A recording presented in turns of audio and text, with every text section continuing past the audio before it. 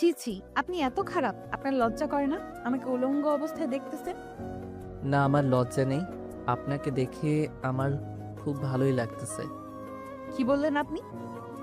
আশ্চর্য, আমি আমার বউকে দেখব না তো কাকে দেখব? হ্যাঁ, কিসের বউ হয়? আমি এই বিয়ে মানি না, বুঝেছেন? আমার বিএফ আছে। বয়ফ্রেন্ড আছে তো আমাকে কেন বিয়ে করেছেন? হ্যাঁ, আমার জীবন নিয়ে খেলা করার জন্যে? চিন্তা করবেন না, আমি 3 মাস পরে আপনাকে ডিভোর্স দিয়ে চলে যাব নিজেই। এখন আমাকে পোশাক পরতে দেন আর সরে বসুন আপনি। আপনার সাহস দেখে তো আমি অবাক। এই যে মুখ সামলে কথা বলুন, বুঝেছেন? আমি আপনার স্বামী হই, আমি যা ইচ্ছে তাই করতে পারি। আপনাদের মতো মানুষদের জন্য কিছু কিছু মেয়ে ধর্ষিত হয়, বুঝেছেন? এই কথাটি শুনেই হাসিব রেগে গিয়ে ওর হাত দুটি চেপে ধরে ওর উপরে উঠে আর হাসিব বলতে থাকে, এই অনেক কথা বলেছিস, আর একটি কথাও বলবি না। যদি বলিস খুব খারাপ হবে। কি করবেন আপনি? হ্যাঁ, আপনার সাথে আপনার কাছে আর কি বা আশা করা যায়? ঠিকই বলেছিস, আমি খারাপ। এখন দেখ কি করি। তখনই সাথী চিৎকার করে ওঠে।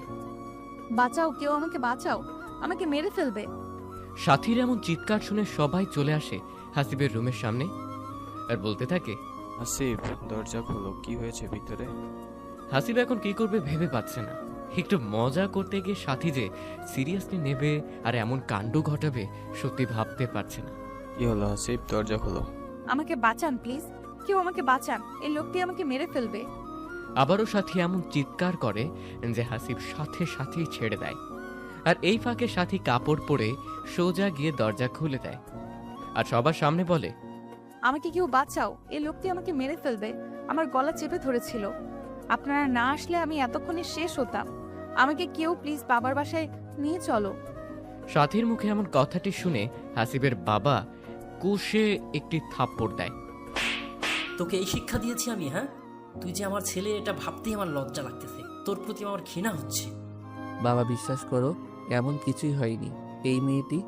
চুপ কর, আর একটা কথাও বলবি না। যদি কথা বলিস তাহলে বাসা থেকে একদম বের করে দেব। সবাই ভাবছেন কি হয়েছে, তবে শুনুন, হাসিব পড়াশোনা শেষ করেছে। এখন তার বাবা মা মেয়ে খুঁজছে বিয়ে দিবে, কারণ ছেলে যথেষ্ট পরিমাণ বড় হয়েছে। মেয়ে খুঁজতে খুঁজতে সাথীকে পছন্দ করে ফেলে সবাই, আর সাথে সাথেই দিন তারিখ ঠিক করে বিয়ের। এর কিছুদিন পরে বিয়েও হয়। তো আজ বাসরাত। বাসরাত নিয়ে প্রতিটি ছেলেই স্বপ্ন দেখে, তেমনি হাসিবও দেখেছিল। এসব চিন্তা করে করে বাসর ঘরে ঢুকেই দেখে বউ শুয়ে আছে। আর এই অবস্থায় খুব সুন্দর লাগছিল সাথীকে। নিজেকে কন্ট্রোল করতে না পেরে হাসিব বিনা অনুমতিতে সাথীর শরীরের সব পোশাক খুলে ফেলে। আর তখনই সাথীর ঘুম ভেঙে যায়। আর পরে তো সব দেখেছেনই কি হচ্ছে। আমাকে বাবার বাসায় নিয়ে যান প্লিজ কেউ। সমস্যা নাই মা, ও আর কিছুই করবে না তোমাকে। উনি নাকি একটি মেয়েকে ভালোবাসে, তাই আমাকে বউ হিসেবে মেনে নিতে পারবে না। এইসব কি বলতেছো সাথী? তুমি মিথ্যা বলে আমাকে ছোট করতে চাও তুমি? আমি কেন মিথ্যা বলবো? হ্যাঁ, আপনি নিজেই বলেছেন। একদম চুপ করো, আর একটিও মিথ্যা কথা বলবে না বলে দিলাম। তখনই সাথী বলে ওঠে, আচ্ছা ওয়াশরুমটি কোন দিকে? সাথীর কথা মতো একজন ওয়াশরুম দেখিয়ে দেয় আর সাথী ওয়াশরুমে চলে যায়। প্রায় 10 বা 15 মিনিট পরে সাথী ওয়াশরুম থেকে আসে। এসেই বলতে থাকে, আমি এই বাসায় থাকবো না। আপনার ছেলের অন্য কোথাও সম্পর্ক আছে। হাসিব, সাথী যে সব বলতেছে সব কি সত্যি? না বাবা, এসব সত্যি না। তো আমি মিথ্যা বলতেছি? হ্যাঁ, সাথীর কথাটি শেষ হতে না হতেই বাহিরে কলিং বেলের শব্দ হয়। এত রাতে আবার কে আসলো বুঝলাম না। হাসিবের মা গিয়ে দরজাটা খুলে দেয় আর দেখতে পায় যে একটি মেয়ে এসেছে। হাসিবের মা জিজ্ঞেস করে, কে তুমি? কাকে চাই? হ্যাঁ, হাসিব বাসায় আছে, আমি ওর বউ। এই মেয়ে কি বলতেছো এসব? তোমার মাথা ঠিক আছে কি? মেয়েটির কথা শুনে সবাই তো অবাক হচ্ছে। কি হচ্ছে এইসব কিছুই বুঝতেছে না কেউ। আরো বেশি অবাক হয় হাসিব। অবশ্যই আমার মাথা ঠিক আছে। কই হাসিব, কই? হ্যাঁ, তখনই হাসিব সামনে এসে বলে, এই মেয়ে, আপনার সমস্যা কি? হ্যাঁ, মুখে যেটাই আসে সেটাই বলে যাইতেছো। মানে আমি মিথ্যা বলতেছি? তুমি আমাকে গোপনে বিয়ে করেছো আর এখন কি না মিথ্যা আশ্রয় নিতেছো? আর একটা কথা বললে এমন থাপ্পড় দিব না তোমাকে। প্লিজ হাসিব, আমার এমন সর্বনাশ করিও না। তোমার কাছে আমাকে আশ্রয় দাও। যখনই শুনেছি তুমি অন্য কোথাও বিয়ে করেছো, আমি আর ঠিক থাকতে পারিনি, তাই তোমাকে না জানিয়েই চলে এসেছি। এবার কিন্তু বেশি হচ্ছে। আমি আপনাকে কখনো দেখি নাই আর আপনি বিয়ের কথা বলতেছেন। ঠিক তখনই সাথী বলে ওঠে, দেখেছেন আমি মিথ্যা কথা বলি নাই। আপনার ছেলের অন্য কোথাও সম্পর্ক আছে, তাই আমাকে বউ হিসেবে মেনে নিতে পারতেছে না, আর আমাকে মারার চেষ্টাও করতেছে। আর একটু এই বাড়িতে থাকবো না আমি। আমি বুঝে গিয়েছি এই সব কিছুই তোমার সাজানো নাটক, তাই না? নাটক হবে কেন? হ্যাঁ, এখন তো আপনার আসল পরিচয় বের হয়েছে। আর আপনারা কেমন সন্তান জন্ম দিয়েছেন? হ্যাঁ, আপনাদের না জানিয়ে বিয়ে করে। এদের মতো কিছু ছেলের জন্য আমাদের মতো মেয়ের সুন্দর জীবনটা নষ্ট হয়ে যায়। সাথীর কথা কেউ বিশ্বাস করবেন না। ও নিজেই নাকি অন্য একটি ছেলেকে ভালোবাসে, তাই আমাকে বলেছে 3 মাস পরে ডিভোর্স দিবে। এখন আবার আমার নামে মিথ্যা কথা বলতেছে। আর এই সাথী এই মেয়েটিকে মনে হয় সেট করেছে আমার নামে মিথ্যা কথা বলার জন্যে। তখনই মেয়েটা বলে ওঠে, আশ্চর্য! আমি মিথ্যা কথা বলবো কেন? হ্যাঁ, প্রমাণ নেবেন আমার? কি প্রমাণ আছে তোমার কাছে? হ্যাঁ, এই দেখুন আমাদের বিয়ের কাগজপত্র। দেখি কাগজটি। এরপরে হাসিব হাতে কাগজটি নিয়ে তো অবাক, কারণ এখানে হাসিবের সাইন দেয়া আছে, কিন্তু হাসিব তো কখনো এমন কাগজে সাইন দেয়নি। কি হলো এমন করে কি দেখতেছেন? হ্যাঁ, এটা আপনার সাইন। এটি তো আমার সাইন না। ও হতে পারে অন্য কেউ দিয়েছে হয়তো। না, অন্য কেউ দেয়নি, আপনি দিয়েছেন। আরো প্রমাণ নেবেন আপনি? আর কি প্রমাণ আছে? হ্যাঁ, আচ্ছা দাঁড়ান, যে কাজী অফিসে আমরা বিয়ে করেছি সেই কাজীকেই ফোন দিই, উনি সব কিছু বলবে। ঠিক আছে, ফোন দেন তবে। এরপরে মেয়েটি ফোন দেয় আর ফোনের লাউড স্পিকার বেড়ে দেয়। কাজীর কথা শুনে তো সবাই অবাক, কারণ কাজীও বলছে বিয়ে হয়েছে। এই মেয়ে, তুমি মিথ্যা কথা বলবে না। সত্যি করে বলো তো তুমি কে আর কোথা থেকে এসেছো? আমি তোমার বউ, আর তোমার কাছে এসেছি। আর যদি এখন মেনে না নাও তবে পুলিশের কাছে যেতে বাধ্য হব। এমন কথাবার্তা শুনে পুরো বাড়ির সবার মাথার উপরে মনে হচ্ছে ছাদ ভেঙে পড়ল এমন অবস্থা। আরো বেশি অবাক হয় হাসিবের বাবা মা, কারণ এতটা বিশ্বাস করার পরেও হাসিব আমাদের একটি কথাও জানেনি। আচ্ছা, তোমার নাম কি মা? আমার নাম হলো রিফা। তোমাদের বিয়ে কতদিন হলো? 5 মাসের মাথায় পড়েছে। আচ্ছা ঠিক আছে মা, সব কিছু ঠিক হয়ে যাবে, চিন্তা করিও না। তুমি আজ থেকে এই বাড়িতেই থাকবে। কিন্তু হাসিব যে বিয়ে করেছে এখন কি হবে? কি আর হবে, দুজনেই থাকবে। হাসিবের মা, আমাদের গেস্ট রুমের রিফাকে নিয়ে যাও, আজ থেকে ওখানেই থাকবে। ওখানে থাকবো মানে? আমি হাসিবের সাথে থাকতে চাই। আজ তো ওই রুমে থাকো, কাল দেখা যাবে কি হয়। ঠিক আছে। এরপরে হাসিবের বাবার কথা মতো রিফাকে নিয়ে যাওয়া হয় ওই রুমে। বাবা, তুমিও এসব বিশ্বাস করলে? একদম চুপ থাক। তোর মতো খারাপ জঘন্য ছেলে আমি জন্ম দিয়েছি ভাবতেই আমার লজ্জা লাগছে। কিসের অভাব ছিল তোর? হ্যাঁ, যখন যা চেয়েছিস তাই দিয়েছি, আর সেই তুই কিনা ছি ছি ছি, ভাবতেই কেমন জানি লাগতেছে আমার। সত্যি বাবা, আমি এমন কাজ করি নাই। এইসব সাথী করেছে। বাবা দেখেন, সত্যিটা এখন বের হয়েছে তো। আপনার ছেলে আমাকে দোষ দিতেছে। আমি কালকেই বাবার বাসায় চলে যাব। ঝগড়া থামাও সবাই, এখন সবার রুমে চলে যাও, এসব নিয়ে কাল কথা হবে। না, আমি আপনার ছেলের সাথে থাকবো না। একে তো আমার জীবনটা শেষ করে দিল, তার উপর আবার রাতে যদি খারাপ কিছু করে তখন? কিছু হবে না, যাও রুমে যাও। আর হাসিব, যদি একবার শুনি তুমি এমন কিছু করেছো, তাহলে কিন্তু তুমি আমার মরা মুখ দেখবে। ঠিক আছে বাবা। এরপরে সবাই রুমে রুমে চলে যায়।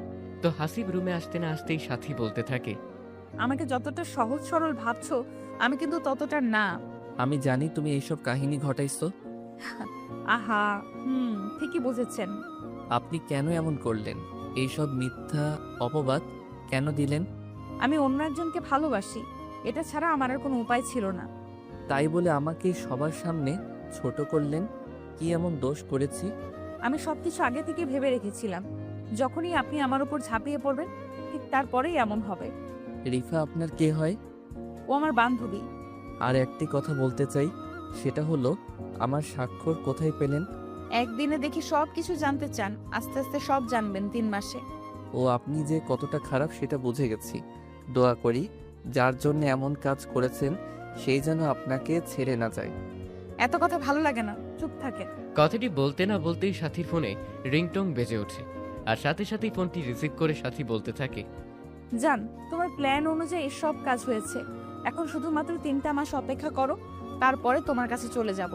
জানো, এই পরিবারের সবগুলাই বোকা, একটু কষ্ট হয়নি। এই কথাটি হাসিব শোনার সাথে সাথেই সাথীকে এমন ভাবে, ঠাস, তোর এত বড় সাহস! তুই কি না আমার পরিবারের লোককে বোকা বলিস? ওরা তোকে সম্মান করেছে, বুঝেছিস?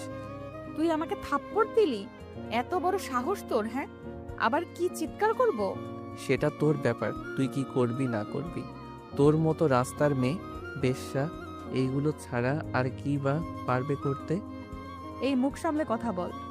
চুপ করে ঘুম যাবে এতব মেয়ে কোথাকার। লজ্জা করে না বিবাহিত স্বামীর সামনে পরপুরুষের সাথে কথা বলিস? কেন জ্বলতেছে নাকি? আর তোর মতো খ্যাত ছেলেকে আমি স্বামী হিসেবে মানবো, এতে কেমনে ভাবলি? হ্যাঁ, আহা হা হা। হাসিস কেন? হ্যাঁ, একদিন দেখবি এই খ্যাত ছেলেটার কাছেই ফিরে আসতে হবে তোকে, কিন্তু তখন আর পাবি না।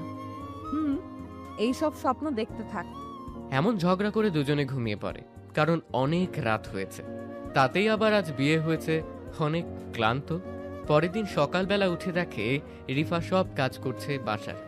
এটা দেখে তো সবাই অবাক, বিশেষ করে হাসিব আরো বেশি অবাক হয়।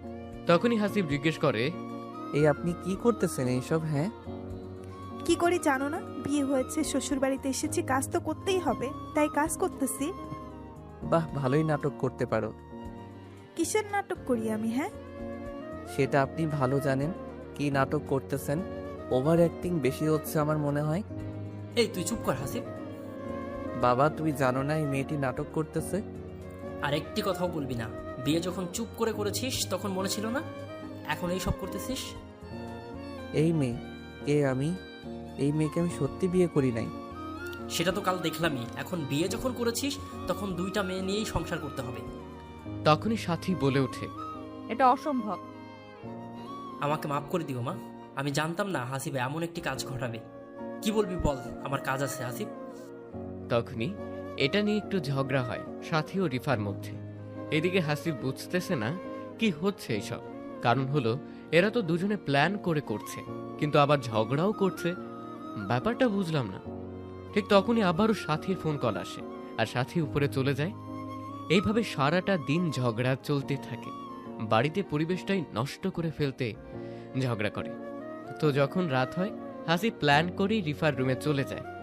রিফা, এই রিফা, এই কে কে এত রাতে? কে আমার রুমে? কে আবার তোমার স্বামী? হাসিব আমি। তো এখানে কি করতেছ? স্বামী বউয়ের কাছে কেন আসে জানো না বুঝি তুমি? না, জানি না। স্বামী আসে আদর করতে, তেমনি আমিও এসেছি আমার বউকে আদর করতে আজ। এই, একদম আমার কাছে আসবেন না। সেটা বললে তো আর হবে না। আমি এখন তোমার সাথে শারীরিক সম্পর্ক করব। এই না প্লিজ, যদি আমার কাছে আসো তো আমি কিন্তু চিৎকার করে উঠব। চিৎকার করো, সমস্যা নেই। আমি আমার বউয়ের কাছে আসতে পারি, সবাই এটাই ভাববে। প্লিজ, আমার এত বড় ক্ষতি করবেন না। খেয়ে শুনে আর কার কথা। হাসিব সোজা রিফাকে বিছানায় শুইয়ে হাত দুটি চেপে ধরে। এখন তো শুরু, আরো অনেক কিছু হবে। আমাকে নষ্ট করিও না প্লিজ, তোমার পায়ে পড়ি আমি। তখনই হাসিব রিফার শরীর থেকে এক টানে শাড়িটা খুলে ফেলে। উফ, কি সুন্দর লাগতেছে। প্লিজ হাসিব, এমন করিও না।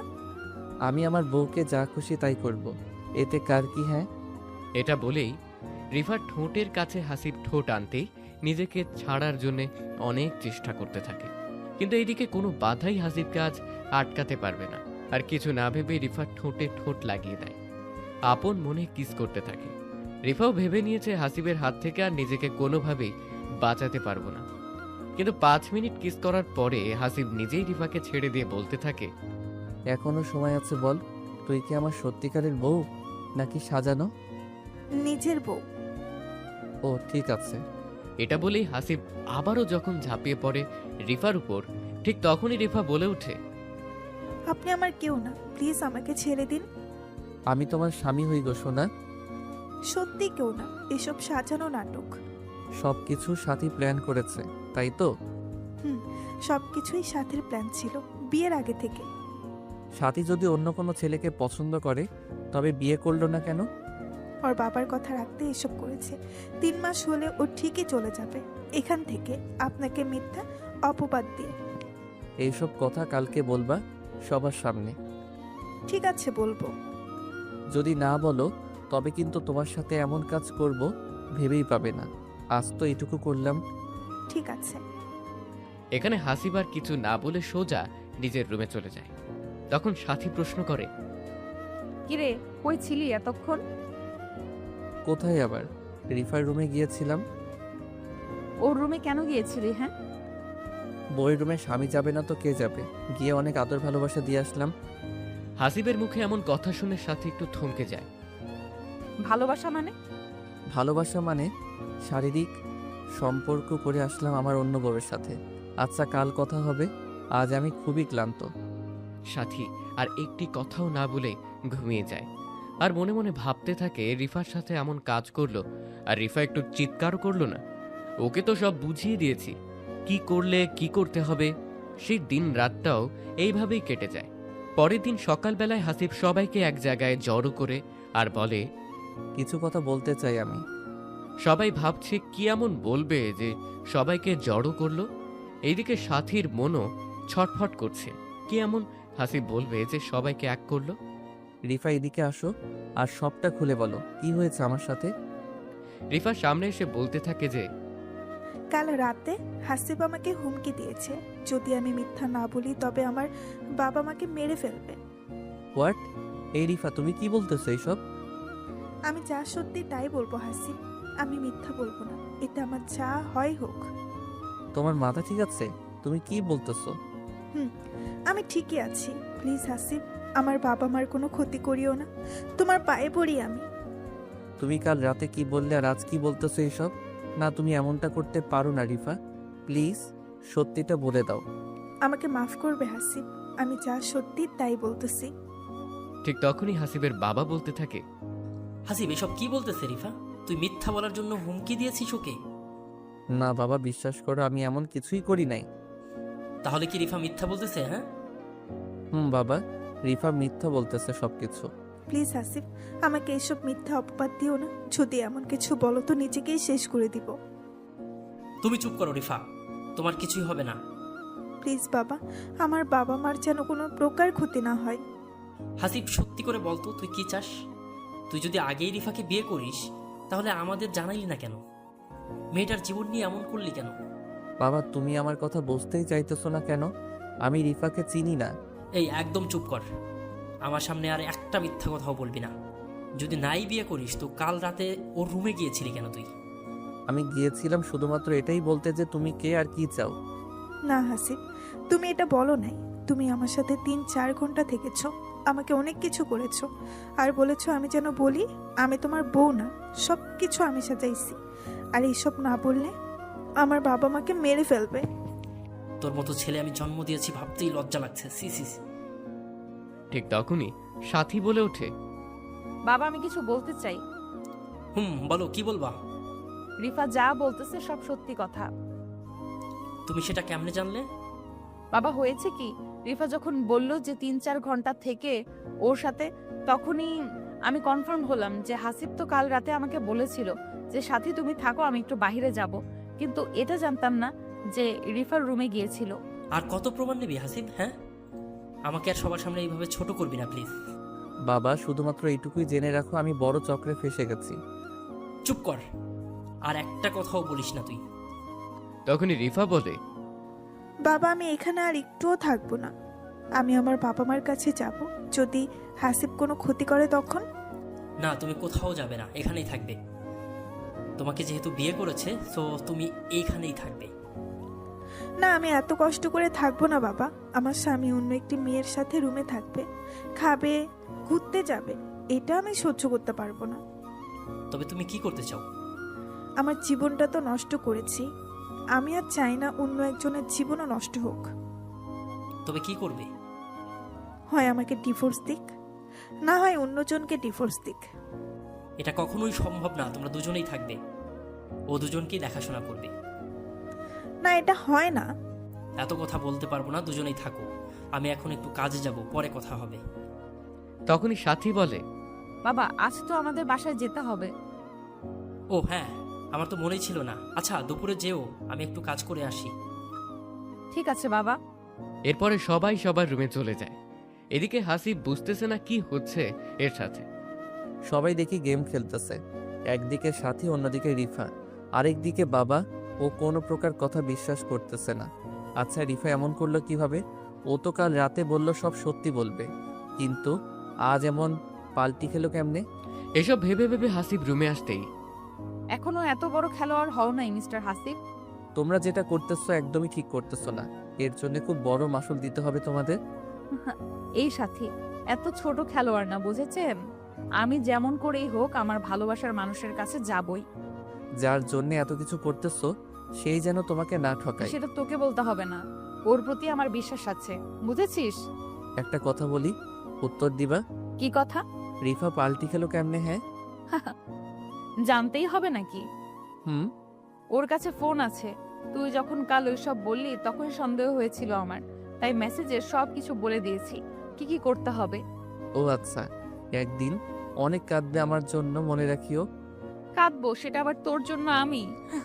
তুই আমার কে, হ্যাঁ, যে তোর জন্য কাঁদবো আমি? সময় বলে দিবে।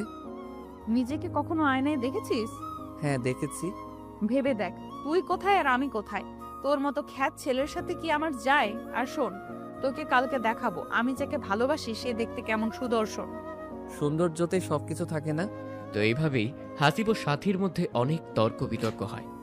এর মধ্যে আবার হাসিবের বাবা কাজ সেরে বাসায় আসে দুপুরে। হাসিব, বোমা কোথায় তোমরা? হাসিব সাথী বাবার ডাক শুনে রুম থেকে বের হয়ে আসে। বাবা বলো। বিয়ের পরের দিন তো দুজনেই শ্বশুরবাড়িতে যেতে হয়। তো তো মানে তুই সাথীকে নিয়ে ওর বাবার বাড়িতে যাবি আর 2 দিন থেকে আসবি। অসম্ভব, আমি যাব না ওদের বাসায়। আর একবার বলতো যাবি না? হ্যাঁ আমি যাবই না। তখনই সাথী বলে ওঠে, বাবা দেখেছেন আপনার ছেলে কেমন করে? আমি রুমের ভেতরে কত করে বললাম 2 দিন থেকেই আসবো, কিন্তু ও নাকি যাবে না। হাসিব, তুই যদি না যাস তো অনেক খারাপ কিছু ঘটে যাবে, কিন্তু মনে রাখিস বাবা। বাবার এমন কথায় হাসিব শেষমেশ রাজি হয়ে যায়। ঠিক বিকেল 5টায় দুজনে গাড়ি নিয়ে বের হয় সাথীর বাবার বাসায় যাবার উদ্দেশ্যে। তখন হাসিবের মাথায় একটাই চিন্তে কাজ করছে, কি থেকে জানি কি হয় আল্লাহ ভালো জানে। এই গাড়িটা থামাও। গাড়ি থামাবো মানে? এই নির্জন রাস্তায়? যা বলেছি তাই কর। তো হাসিবও সাথীর কথা মতো গাড়িটি থামানোর সাথে সাথে সাথী নেমে পড়ে আর পেছনে দৌড়তে থাকে। এদিকে হাসিবও কিছু না বুঝে সাথীর পিছে পিছে যায় আর গিয়ে দেখতে পায় যে সাথী একটি ছেলের সাথে কথা বলছে। কেমন আছো সবুজ তুমি? তোমাকে ছাড়া কি আমি ভালো থাকতে পারি বলো? এই তো এসেছি তোমার কাছে। তার আগে বলো এইদিকে কোথায় যাচ্ছিলে? আরে কোথাও না, মন খারাপ তাই একটু হাঁটছিলাম। কি ভাগ্য তোমার সাথে দেখা হলো। এটাই হলো আমাদের ভালোবাসার টান। জানো তোমাকে খুব মিস করতেছিলাম, কিছুই ভালো লাগতেছিল না আমার। আমারও একই অবস্থা। তোমাকে ছেড়ে আর কোথাও যাব না সোনা পাখি আমার। সবাই ভাবতেছেন সবুজ লোকটা আবার কে। এখানে সবুজকেই সাথী ভালোবেসেছিল, তাই এত কিছু করেছে হাসিবের সাথে। ঠিক তখনই সবুজ সাথীকে জড়িয়ে ধরে। যখনই ঠোঁটে কিস করতে যাবে সেই সময় হাসিব বলে ওঠে, এই দাঁড়াও ওখানেই। এই আপনি কি আর এখানে কি করতেছেন? আমি কে সেটা সাথীকে বলো আর সাথীকে ছেড়ে দাও। হোয়াট? কে এই লোকটি সাথী? ওর সাথেই তো আমার বিয়ে হয়েছে। হা হা হা, তাই নাকি? এ বলছি না সাথীকে ছেড়ে দে। যদি ফেরে না দেই কি করবি? কথাটি শোনা মাত্রই হাসিব গিয়ে সবুজের শার্টের কলার ধরে বলতে থাকে, তুই আমার সামনে আমার বউয়ের গায়ে হাত দিস? এত বড় সাহস তোর? হ্যাঁ। এটা বলে সবুজকে মারতে থাকে। আর এইদিকে সাথী তো অবাক হয়ে তাকিয়ে থাকে, কারণ হাসিবকে বোকা মনে করেছিল আর ওই নাকি সবুজকে এমন করে মারছে। এই ছাড়ো দুজনে প্লিজ। ঠিক তখনই হাসিব সাথীকেও খুব জোরেই একটি থাপ্পড় দেয়। ঠাস ঠাস। এখান থেকে সরে যা। বলেই আবারও সবুজকে মারতে থাকে। ঠিক তখন একটি গাড়ি এসে থামে আর গাড়ি থেকে একটি সুন্দরী মেয়ে নেমেই বলতে থাকে, এই সবুজ, এই তুমি এখানে কি করতেছো? হ্যাঁ, তোমার জন্য আমি কত সময় ধরে অপেক্ষা করতেছি রেস্টুরেন্টে, আর তুমি মারামারি লাগিয়েছো এখানে। এরপরে অনেক জোড়াজুড়ির পরে হাসিব ছেড়ে দেয় সবুজকে। এর মধ্যেই সাথী প্রশ্ন করে বসে, এই মেয়ে তুমি কে? আগে তো কখনো দেখি নাই সবুজের সাথে। আমি কি সেটা আপনাকে কেন বলতে যাব? হ্যাঁ, আর আপনি আমাকে প্রশ্ন করার কে? কেন? উত্তর দিলে কি হবে? আমি হলাম সবুজের হবু বউ। কথাটি শুনেই সাথী থমকে যায় কিছুক্ষণের জন্য। কি বলেছিলাম না তোমার রূপবতী বয়ফ্রেন্ড একদিন তোমাকে এমন সারপ্রাইজ দিবে, ভাবতেই পারবে না। এই সবুজ, এই মেয়েটি যা বলতেছে সব কি সত্যি কথা? হ্যাঁ সত্যি কথা, ও আমার হবু বউ। না, আমি বিশ্বাস করি না, এটা হতেই পারে না। তুমি শুধুমাত্র আমার। সরি সাথী, আমার পরিবারে কেউ তোমাকে মেনে নেবে না, কারণ তুমি বিবাহিত মেয়ে। আর তোমার স্বামী তোমাকে কত কি করেছে না করেছে। কথাটি বলার সাথে সাথে এত বড় কথা কি বলতে পারলি তুই আমাকে? জানিস কত ভালোবাসি তোকে আমি। সরি সাথী। তখনই মেয়েটি বলে ওঠে, সবুজ, তুমি এইসব মেয়েদের সাথে কথা বলো? ছি, এদের পরিবেশ দেখছো? কি খ্যাত মেয়ে। এটা বলেই মেয়েটি সবুজের হাত ধরে টেনে নিয়ে যায়। সবুজ চলে যাচ্ছে, ঠিক তখনই সাথী দৌড়ে গিয়ে পেছন থেকে জড়িয়ে ধরে সবুজকে। প্লিজ সবুজ, আমার সাথে এমন করিও না। তোমাকে আমি খুব ভালোবাসি। আমি তোমার সাথে জাস্ট টাইম পাস করেছি।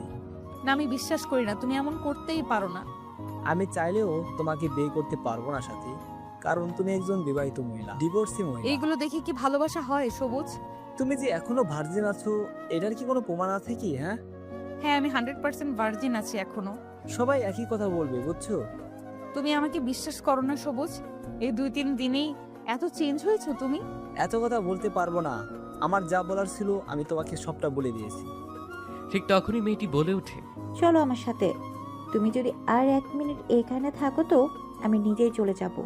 এইসব খ্যাত মেয়ের সাথে তোমার কিসের এত কথা? কিসের সম্পর্ক? হ্যাঁ, আরে না, চলো তুমি। এটা বলেই সবুজ মেয়েটির সাথে গাড়িতে উঠে চলে যায়। কিন্তু এইদিকে সবুজের এমন আচরণ ব্যবহারে সাথী ভীষণ পরিমাণে শর্ট খায়। ভাবতেই পারিনি সবুজ এমন কাজ করবে। এটা ভেবেই কান্না করতে থাকে। কান্না করে লাভ নেই, আল্লাহ ছাড় দেয় কিন্তু ছেড়ে দেয় না। বাই দ্য ওয়ে, আপনি কি এখন এমন কান্না করতে থাকবেন নাকি যাবেন? অন্যথায় যদি না যান তবে আমি বাসায় চলে যাব। আসিফের এমন কথা শুনে সাথী কি উত্তর দিবে ভেবে পাচ্ছে না। শুধুমাত্র হ্যাঁ সূচক কথাটি বলেই সাথী গাড়িতে উঠে বসে। প্রায় 1 ঘন্টা পরে সাথীদের বাসায় পৌঁছায় হাসিব। বাসায় আসার সাথে সাথেই সাথীর ছোট বোনেরা বলতে থাকে, দুলা ভাই কেমন আছেন? বাসরাত কেমন কাটলো? বিল মারতে পেরেছেন কি? দেখে তো মনে হচ্ছে অনেক কিছুই করেছেন। ঠিক তখনই সাথীর মা এসে বলে, ওই তোরা থামবি কি? দেখতেছিস এই মাত্র আসলো আর তোরা শুরু করে দিয়েছিস পেঁচাল। বাবা চলো রুমে, চলো তোমরা দুজনে। এটা বলেই হাসিবকে একটি রুমে নিয়ে আসা হলো। বাবা এটা সাথীরই রুম, সাথী যাবার পরে থেকে পড়ে আছে। ও আচ্ছা।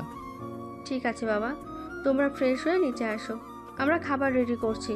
এটা বলেই সাথীর মা চলে যায়। এদিকে সাথী এতটাই কষ্ট পেয়েছে কোনো প্রকার কথা বলছে না।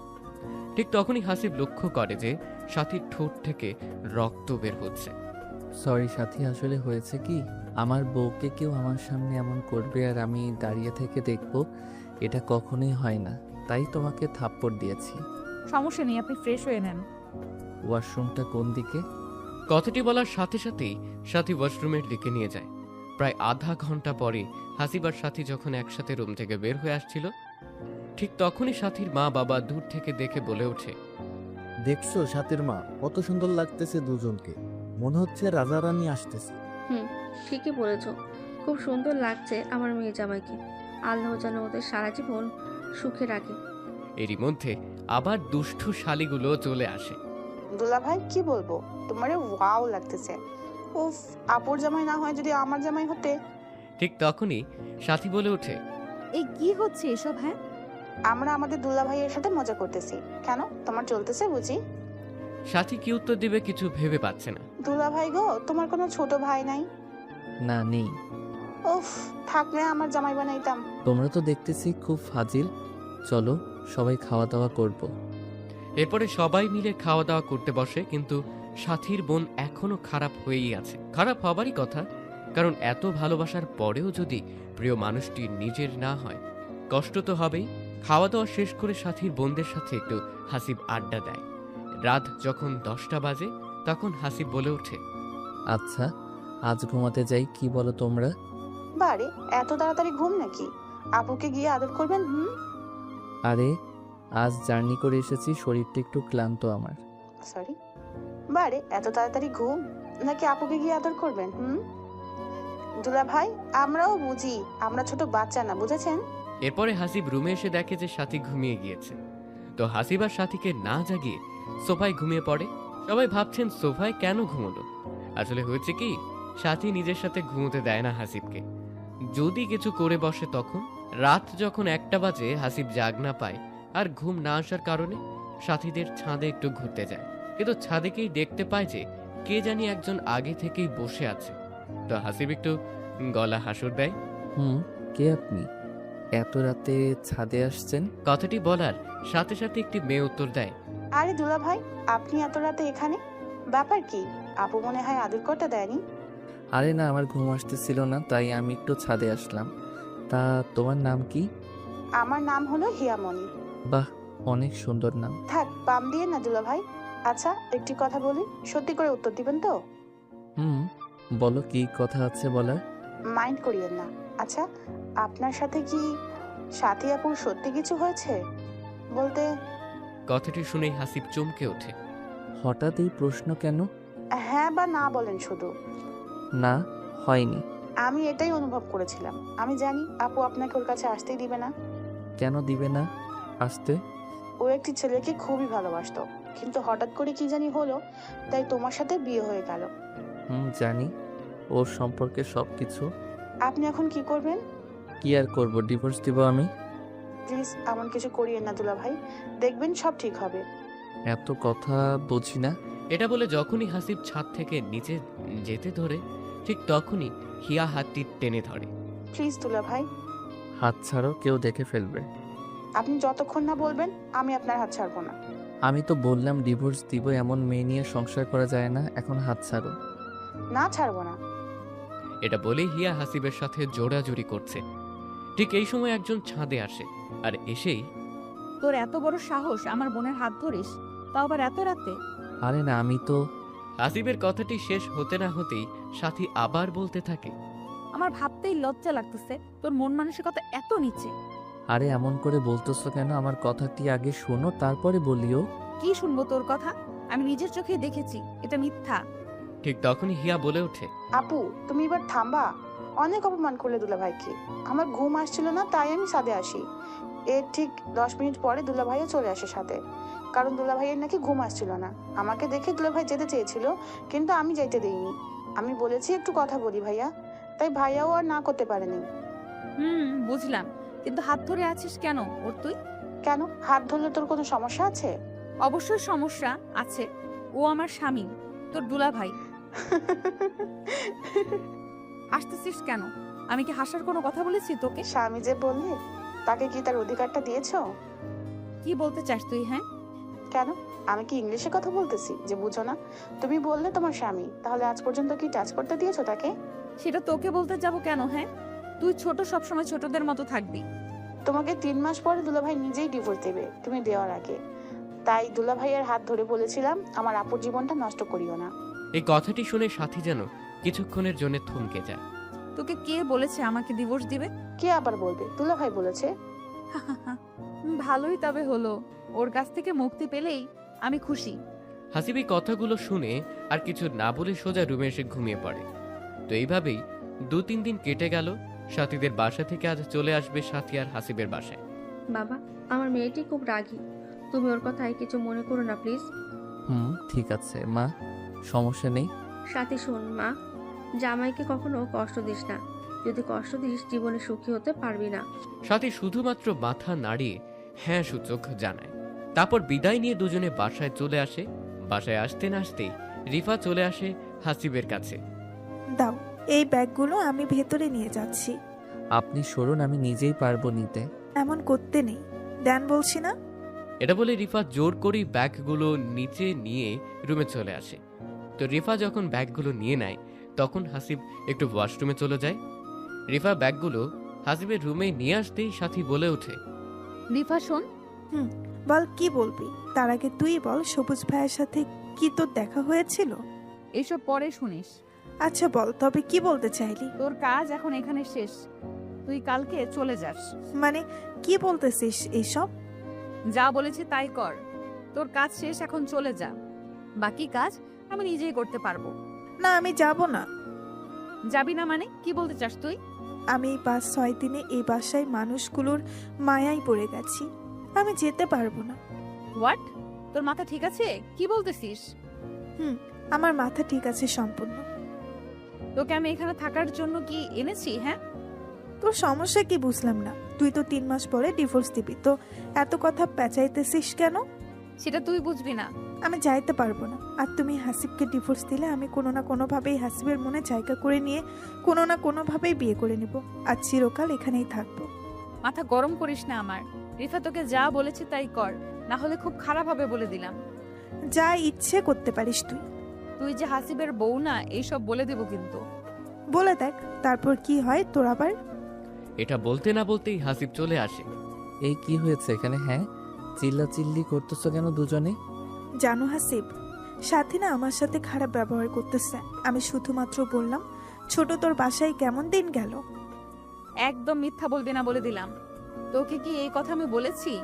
তো কি বলেছো শুনি একটু। এই, তোমরা দুজন নাটক বন্ধ করবে?